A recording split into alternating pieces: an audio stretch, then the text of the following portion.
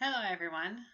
Now, I'm going to give you the most simplest way to understand how transgenderism works. Because everybody understands who they are, how they become who they are, but nobody ever understands why. Now, everybody just keeps looking at it from the outside, like if somebody's looking from the other side of the fence and they're really not looking on the other side entirely to be able to get the full picture. Um, for many years this has been going on. Okay, each generation becomes something a little bit more for people to discover. You know, things that people don't understand, they will tend to be closed-minded about it and make a lot of different assumptions based on what they were brought up to or brought up to believe. um, things such as, inventions that happened in the past. People thought it was crazy that somebody wanted to make a car that, or make a mode of transportation that will make people move fast. They thought that was crazy. And then later on, a person wanted to make a human fly, and they thought that that was crazy too. And then I know that's like not a same example, but it's pretty much the understanding of how people eventually grow and adapt to something new that they're not understanding. This has been going on with even different races coming into a different country. People were closed-minded about that, and then it goes from that to rights for women. That's been going on that went on for years too, and then that eventually changed, and then now it's like gays and lesbians. They didn't understand that, and that they went through that. Especially in the 70s, and now we've entered into a whole new area where now transgenderism is becoming a part of society today.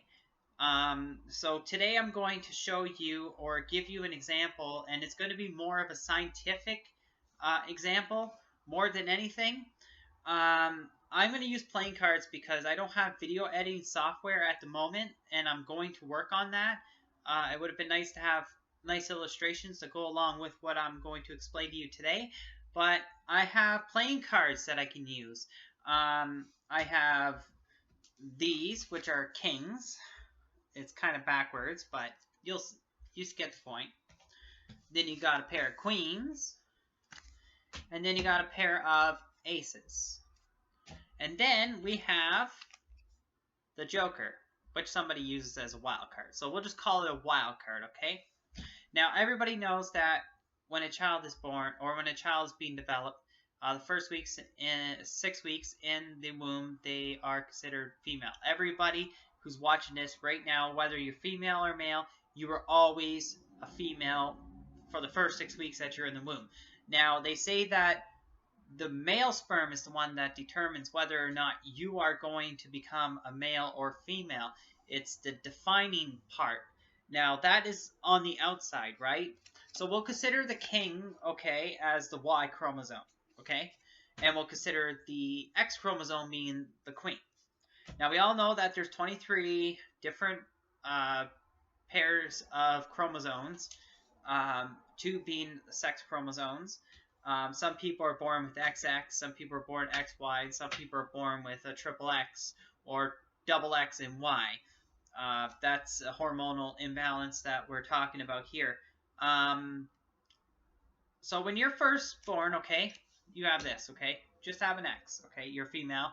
You haven't really gotten your pair yet, okay? You haven't gotten your female pair.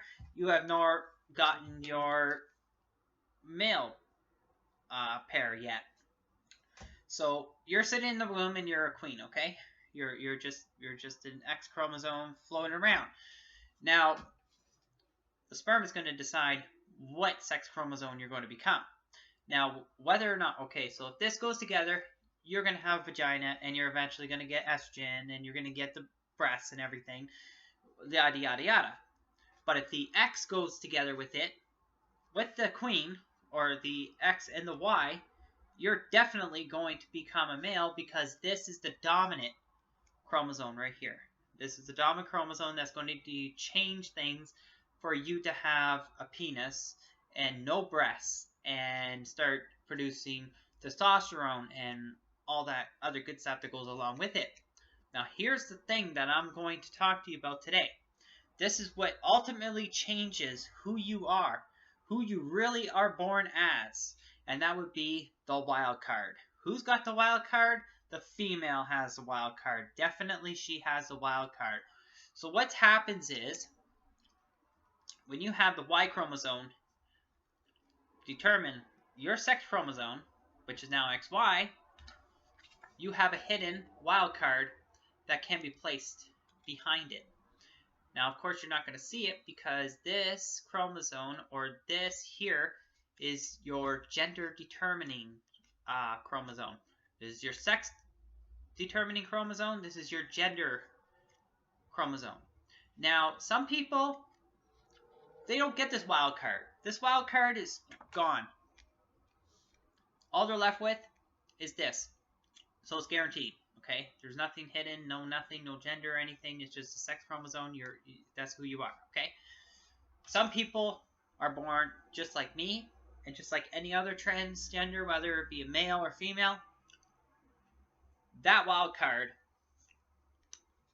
is always hidden, and whether or not you discover that wild card is really up to you. Some people discover it, some people don't. Some people just live their everyday life. People just believe other society and everything. There's even people out there in the world who haven't even discovered that they're transgender yet, or that they were supposed to be born as a different gender. So yeah, this is hidden. Some people discover it, some people don't. Some people have it, some people don't. As for people like me and others, we have discovered it. Sometimes children, fortunately, discover this wild card before they become older, and they end up expressing themselves, and they say, okay, this is what's going on. You know, I think I was supposed to be born a girl, supposed to be born a guy, whatever the case may be. This is what's determining the gender of yourself or of others. Now, this gender card is what needs to be discovered. I know it's there, and it needs to be discovered by doing lots of tests, and eventually we're going to work on that. We're going to find that wild card, and when we do find that wild card, we're actually going to have a scientific fact or belief on it that we can actually use to say, okay, this is definitely something that is not through the mind, and it's not something that, you know, people just think they are. This is something that is concrete, something that is there, something that we need to focus on and use as a way for saying, okay, this person was born with a defect, this is a horrible defect, this is a phenomenon defect that needs to be fixed and corrected. And people are doing that right now, you know, like I have hormones going on right now that is trying to correct me on the inside, trying to take care of everything chemically, and trying to produce everything like normally, like puberty wise. You know, I'm not just going to go out and get an operation or anything, something that my body may not be able to handle in the future. It's a gradual thing that happens, and it takes time. And you know what they say, the longer it takes, beauty takes time.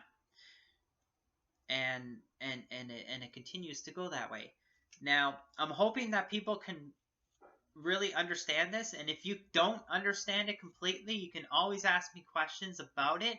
But I think this is the most simplest way to explain why transgenderism happens, what goes on in the body, how does it go from a womb to being born a certain gender based on your sex characteristics.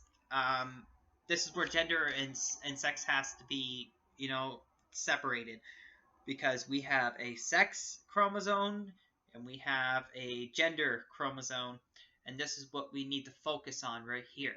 So I want to thank you very much for listening on this video. some of you have already been open-minded and just want to hear what I have to say about this, but then there's others who don't fully understand it, who need to watch this video and totally understand things themselves. Now, I didn't use the aces in here because this is like Trump, okay? And I was going to use that as the gender chromosomes, because this is the male chromosomes and the female chromosomes, and this is the gender chromosomes. But I figured that it would be a little bit more easier if I used the wild card instead.